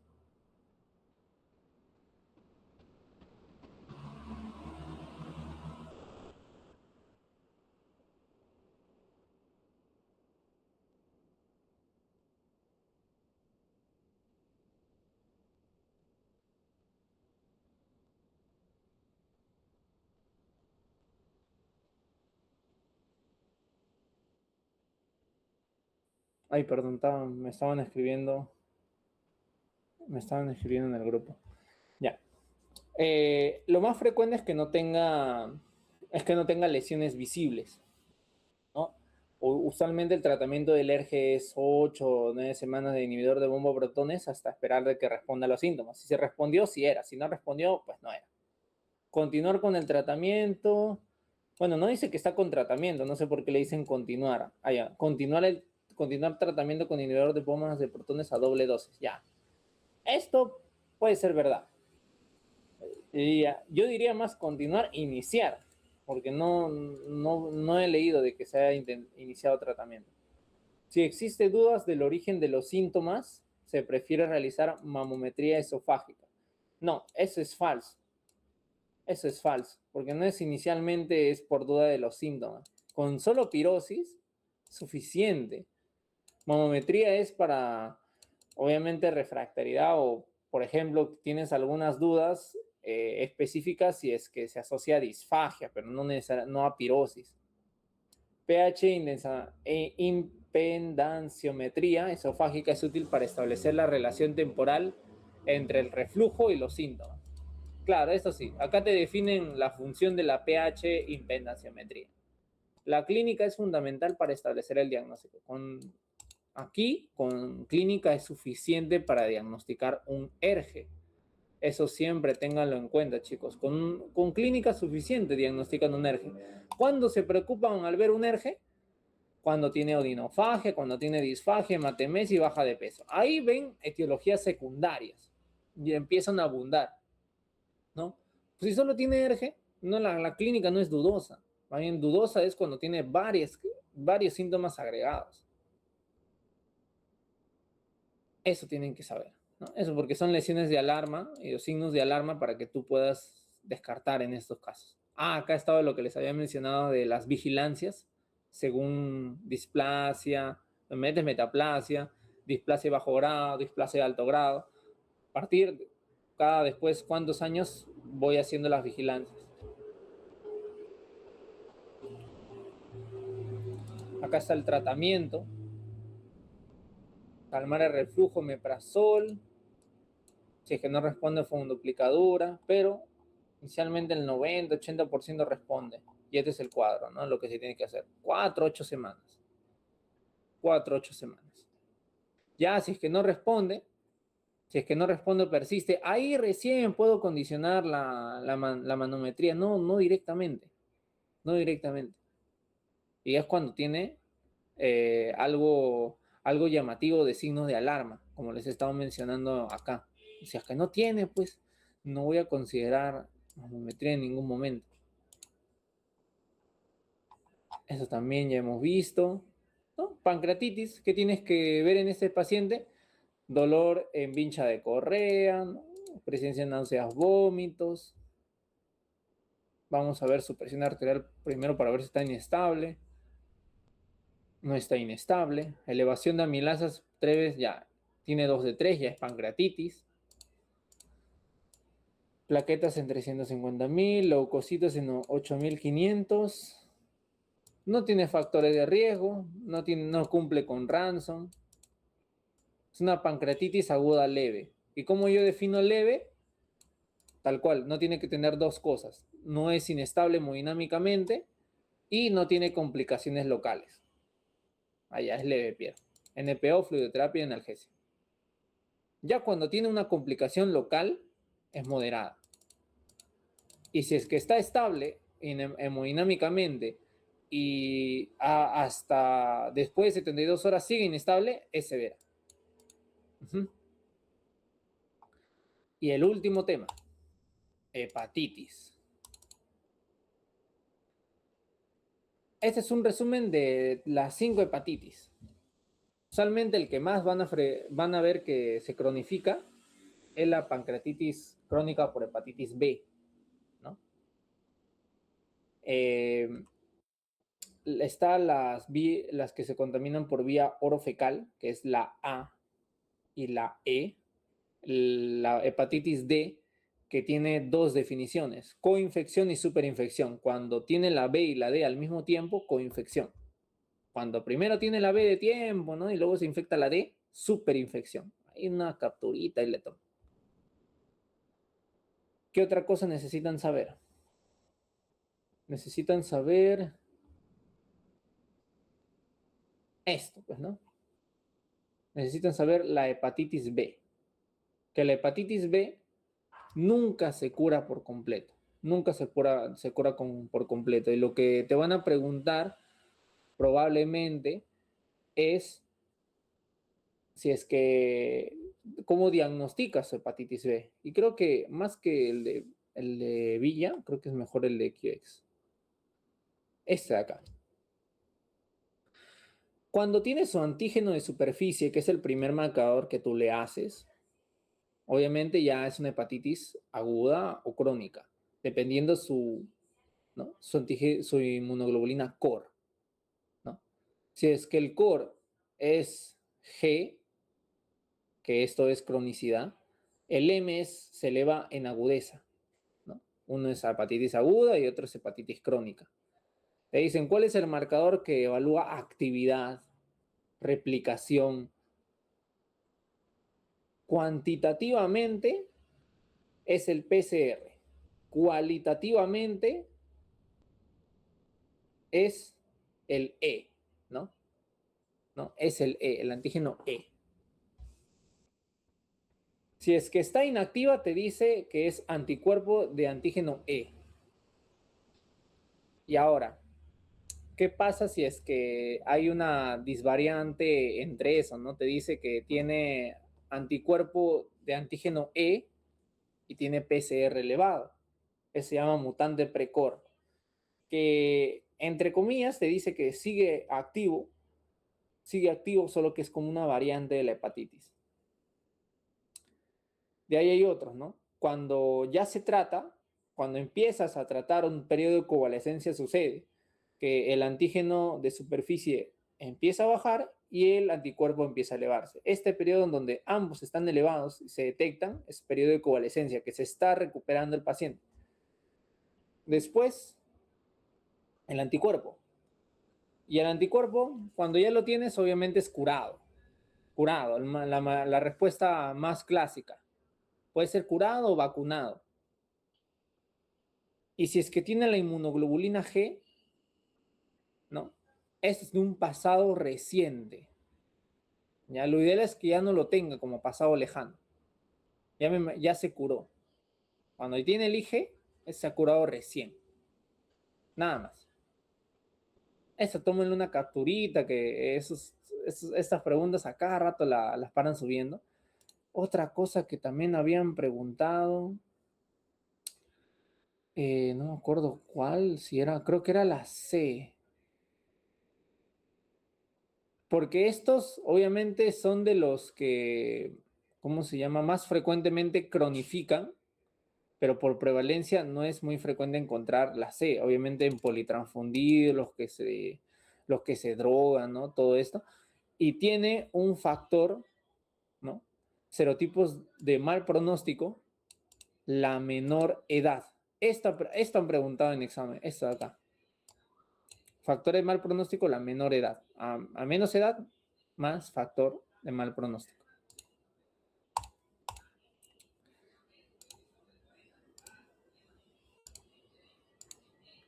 ¿Y acá qué te dice? Acá te dice que tiene en la paciente su antígeno de superficie negativo. O sea que no tiene una hepatitis aguda, no tiene una hepatitis crónica actualmente. Pero tiene el anticuerpo. Probablemente ya está curado. Probablemente ya está curado. Y me dan el anticor, que es positivo. O sea, se habrá curado, pero recientemente, pues, ¿no? Entre todas, las que más coincide, acá te dice necesidad de vacunar, no te dice vacunado. O sea, no es. Infección aguda, tampoco. Hepatitis crónica activa, tampoco. Cuando ya tienes el anticuerpo, te vas para ese otro espectro que te mencionaba. Infección previa de hepatitis, ¿no? No te dice curado, ¿no? Pero obviamente se intuye que es curado. ¿Hasta aquí alguna duda, alguna pregunta? ¿Todo claro? ¿Cómo ven el examen de gastroenterología? No cambia mucho, la verdad. No, hasta ahora no le he visto tantos cambios llamativos. Al que sí no vi muchos cambios era neurología. Pero ahora, por ejemplo, cositas que pueden preguntarles porque se ha actualizado en la norma técnica, en la tuberculosis, su tratamiento, pues, ¿no? Te dicen, antes, ¿cómo se trataba? Antes el tratamiento dependía si es que el paciente tenía VIH o no tenía VIH. Ahora no depende de eso. Ahora su tratamiento prácticamente es para ambos, si es que es VIH o no. Es los primeros 2 meses, sus 4 fármacos y los siguientes 2, pues le doy todos los días. Ya no es 3 veces a la semana como decía cuando tenía VIH, ¿no? Ahí es todo pansensible o VIH, para los dos lo mismo. Esto. Y solo doy el esquema de un año entero, para miliar, para osteoarticular o mal de Pot y para cerebral. Esto le doy para un año entero. ¿Y cuándo doy corticoides? Miliar, sistema nervioso central y pericárdica. Aquí miliar, en ambos casos, póngale más menos, porque el miliar está en la norma técnica, pero hay algunos artículos que debaten si es que se le tiene que poner verdad corticoides o si es que no se tiene que poner. Está en debate, ¿no? Siempre, a veces está entre sí y entre no, pero según QX, acá te la agregan. Y acá tienen, por ejemplo, el otro. Los criterios de Atlanta para ver fallo de órgano transitorio. Esto es para ver moderadamente severa. Recuerden que les había dicho que ahí tiene 3 estadios, ¿no? Les dije 3 estadios. Le dije leve, moderada, severa y severa. Y cuando es leve no tiene ni complicaciones locales ni inestabilidad hemodinámica. Y cuando es moderadamente severa, es que su falla de órgano es transitoria. La tuvo, pero se normalizó. O que tenga algunas complicaciones locales. Y cuando ya defino severa, es que tienen definitivamente hasta que yo lo encuentre y persista la falla de órgano. Mecanismo fisiopatológico de la pancreatitis. Todos confluyen en una cosa: activación prematura de las enzimas pancreáticas. Factor defensivo de la mucosa esofágica. ¿Quién cierra cuando tú quieres vomitar, ¿no? El esfínter esofágico inferior. Y si es que, ¿cómo se llama? Hay algo que se conoce como el anillo de Scadi, ¿no? Que también puede condicionar a esta disfagia esofágica mecánica, ¿no? Ya si es que tiene factores de riesgo, tú le agregas a la cabeza, acá, adenocarcinoma, ¿no? Para que tú ya sepas la escala de Pelayo Correa y todo lo que tengas que descartar. Eso para ti va a ser lo más importante, ¿no? Te dicen, por ejemplo, pirosis no muestra lesiones de Erge, bueno, no hay lesiones evidentes. Acá ya le agregan la impedanciometría, no deberían haberle hecho. Debieron a frente darle el tratamiento a ver cómo respondía, porque es lo más frecuente. Sus síntomas coinciden con reflujo, ya sabemos eso. ¿Cuál es el diagnóstico más preciso? Si es que no tiene, es ERGE sin lesiones evidentes, hipersensibilidad por reflujo. Así se le dice. También, imagínate, te encuentras un paciente con úlcera péptica, ¿no? Ya la tratas, ¿no? Ves en la endoscopía, ya tiene un estadio de fibrina de Forres 3. Ya, pues, ¿qué le vas a hacer? Ni estrés, ni siquiera estrés C, es el último. Le das su alta. Le das su alta, le das manejo conservador, ya no tienes nada que hacer. Lo ideal es acá es ver las demás alternativas, pero como les digo, acá no hay otras alternativas. Te dicen, ¿qué más? Acude por emergencia por náuseas, vómito borráceo, melena, antecedente de uso crónico de AINES por artritis reumatoide, mal que la alternativa incorrecta. Se debe administrar antibiótico de amplio espectro para disminuir el riesgo de peritonitis bacteriana espontánea. ¿What? Ya, primero que solo, o sea, a la peritonitis bacteriana espontánea sí se le da antibiótico, sí se le da. Pero cuando no lo tiene, no se le da antibiótico de forma profiláctica. Y si es que yo voy a considerar dar antibiótico en un cirrótico, le doy únicamente cuando tiene hemorragia varicial y ascitis. Solo en ese caso. No, este enunciado no es correcto, pero las demás no sé si serán correctas porque no están. ¿Qué dicen? Paciente asintomática que identifica incidentalmente una lesión hepática hiperecoica. Obviamente estamos hablando de... O sea, ¿qué tipo de lesión es esto? Esto lo habíamos hablado igualmente. La han vuelto a repetir la pregunta. Por anatomopatología, ¿qué le va a salir? Porque son solo 2 lesiones benignas que hay en el hígado. Tienen hemangioma y adenoma. Hemangioma, claro, hemangioma, exacto. El manejo es observación, seguimiento, porque o tiende a regresionar o ahí se queda, porque si es asintomática no hay mucho que hacer. Sitio más frecuente de afectación de la tuberculosis intestinal, lo mismo, similar a Crohn. ¿Qué dice? Diabetes mellitus en tratamiento con metformina. Deposiciones líquidas sin moco, sin sangre, de 5 a 6 cámaras. Niega otra sintomatología al examen físico, mucosa oral húmeda. Siempre recuerden la mucosa oral húmeda para definir si es que se va a hacer por endovenoso o por vía oral. No dolor a la palpación profunda y ruidos hidroaéreos abdominales, probablemente tenga diarrea. Marque la respuesta correcta. Diarrea probable por medicamento, claro, la metformina te da diarrea. Se sugiere hidratación vía oral, bismuto y probiótico, suficiente, ¿no? Así tienen que responder estas preguntas.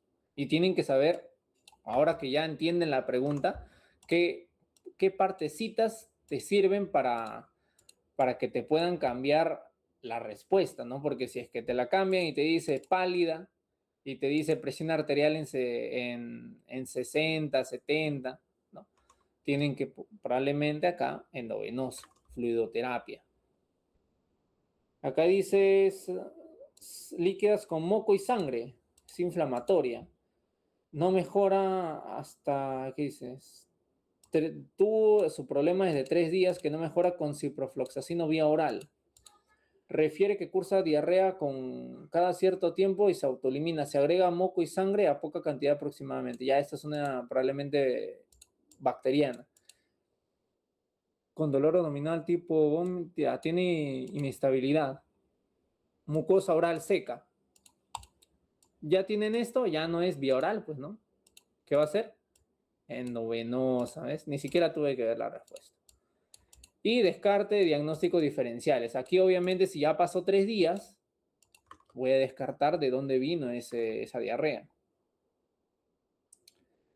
Cambios morfológicos en pancreatitis crónica que se caracteriza por, primero, esto tiene una triada, ¿no? Eso me acuerdo que tenía una triada. Vamos a ver esto.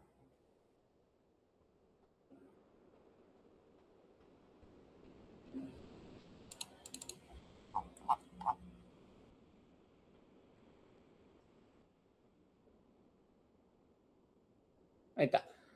Se le conocía con su triada de calcificaciones, esteatorrea y diabetes mellitus. ¿Ya? Esa es la triada de lo que te puede hacer la pancreatitis crónica. Y la palabra clave, ¿no? La palabra clave es calcificación y fibrosis en los conductos. A ver qué te dice acá. Dice, márquelo en... no, acá. Los cambios morfológicos de pancreatitis se caracteriza por... ya. Es calcificación intersticial y es fibrosis ductal. Entonces, ahí se le cambiaron un poquito la palabrita, pero sí, por eso es incorrecto. La pancreatitis crónica, márquelo incorrecto. Cuando dice reversible, ya obviamente, el que diga reversible es incorrecto. De acalasia, te piden definición, ¿no? Te piden la definición de acalasia. ¿Qué más te dicen? Para aliviarse la disfagia en casos inoperables, si es que no se puede operar, o sea, no se puede hacer anastomosis o reparaciones, reconstrucciones, se hace algo como lo que vendría siendo una endocarditis, se pone una prótesis. Paciente cirrótico y ascitis, tratamiento diurético, el objetivo de la baja de peso diaria, esto ya es más metódico, pero si es que quieres saber específicamente, este sí lo tengo.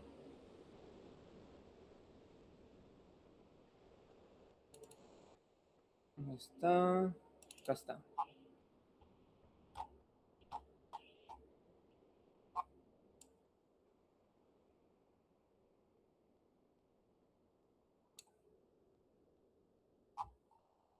Acá. Si tiene ascitis, esto es lo que tiene que bajar. Si tiene ascitis más edemas, esto es lo que tiene que bajar.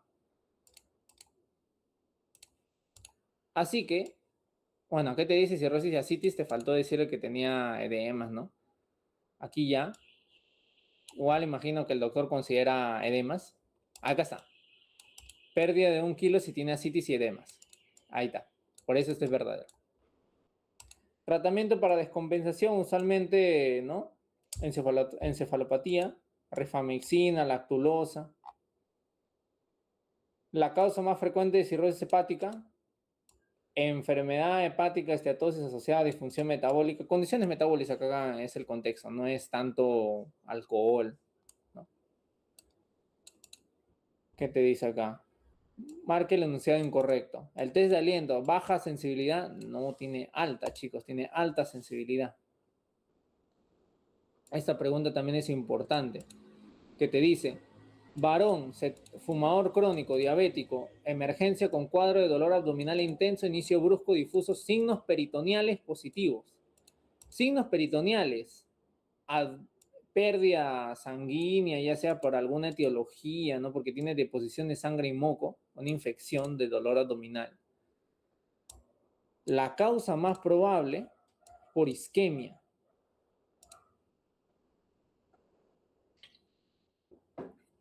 Pero ¿por qué isquemia? Diarrea disentérica. Lo que pasa es que con lo que tú estás trabajando o lo que te hacen sospechar, porque igual no tengo las demás claves, lo que te hacen sospechar, como el paciente es diabético, añoso, el paciente es un metabólico crónico que probablemente tenga todas sus arterias isquemizadas, embólicas, Y causa, o parte de las causas que te genera esta diarrea masiva por tratar de compensar, ¿no? O sea, es esta obstrucción. Este isquemia intestinal es cositas importantes que tiene que descartar en todo diabético. En todo diabético. Y esto lo van a ver en cardiocirugía, lo habrán visto en endocrinología o lo habrán escuchado por ahí en cardiología tal cual.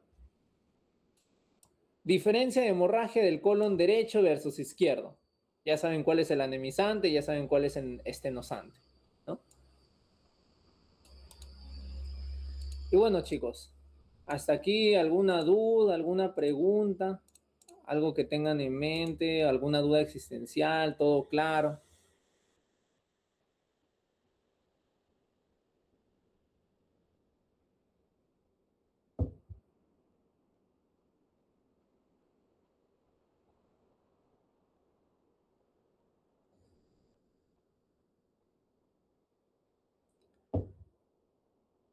Ah, ya, ya. El virus de la hepatitis, ¿no? Vamos a ver.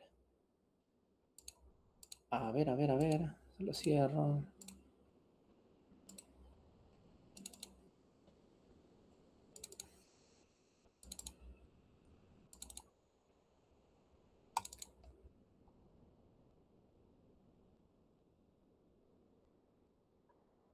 Es esto. Usualmente, lo primero que hacemos para ver a todo paciente que probablemente tenga hepatitis es si es que tienes o no tienes hepatitis. Ya, y para decirte que sí tienes hepatitis, necesito el antígeno de superficie. Si es que el antígeno está positivo, tiene hepatitis. No sé si es aguda o crónica, pero tiene. Si es que este antígeno, aparte de estar positivo, tiene el core de IgM, es una hepatitis aguda. O si es que tiene el G, es crónica. En ambos positivos, aguda o crónica. Ahora, otra pregunta que también hacen en exámenes, te dicen, ¿qué marcador sirve para evaluar la actividad o el tratamiento que pueden hacer, ¿no? El antígeno E o el anticuerpo, ¿ya? Sobre todo el antígeno, ¿no? Porque el antígeno te dice si está activo cualitativamente, ¿no? Y el PCR, que te lo evalúa la actividad cuantitativamente, que este sí se utiliza para evaluar respuesta, cómo va disminuyendo, y ya obviamente al final pasa cuando ya estás en tratamiento, ¿no? Tecavir o tenofovir, dependiendo, ¿no? Porque tienes estos dos. El tenofovir, usualmente, pero si es que están de factores de riesgo, le das entecavir. Estás en tratamiento, baja el PCR, ¿no? El antígeno va disminuyendo y empieza a activarse el anticuerpo. Hay un periodo de convalescencia que es sinónimo de que te estás recuperando, ¿no? Aquí, si es que en este día tú te haces el marcador, estás en periodo de convalescencia. Empieza a subirse el anticuerpo es positivo y el antígeno es negativo, ya, estás curado. Estás curado, pero va a depender. Estás curado, entre comillas, porque esto también lo tienen los que recién se vacunan. Los que se vacunan para hepatitis B tienen este marcador. Y no es porque hayan tenido hepatitis, sino que se han vacunado, ¿no? Ya, te has curado. Te has curado por un pasado reciente o un pasado lejano, dependiendo si está positivo o negativo el IgE-core, ¿no? Si es que está negativo es un pasado lejano, ya ni siquiera tu sistema inmune lo reconoce. Pero si todavía hay ciertos anticuerpos que están acá, que están de acá, permanecen, ¿no? De algunos meses, allá es pasado reciente, ¿no? Es pasado reciente. Te dicen acá, por ejemplo, periodo de ventana. Periodo de ventana es la parte inicial, ¿no? La parte inicial donde entre que está activa o está apareciendo, pues, ¿no? Porque el antígeno de superficie es negativo, pero el IgM está positivo, o sea, esto. ¿Hay hepatitis? Sí, solo que recién está empezando la enfermedad. Y ya había hablado del mutante precor que el cuantitativo está elevado, pero el cualitativo, que es el antígeno E, está negativo, que te dice que está inactivo. Inactivo es que está durmiendo, tal cual. Y es el mutante precor, que se sigue replicando aunque te diga que el antígeno E está negativo. ¿Ese sí entendieron? ¿Todo bien? ¿Todo claro?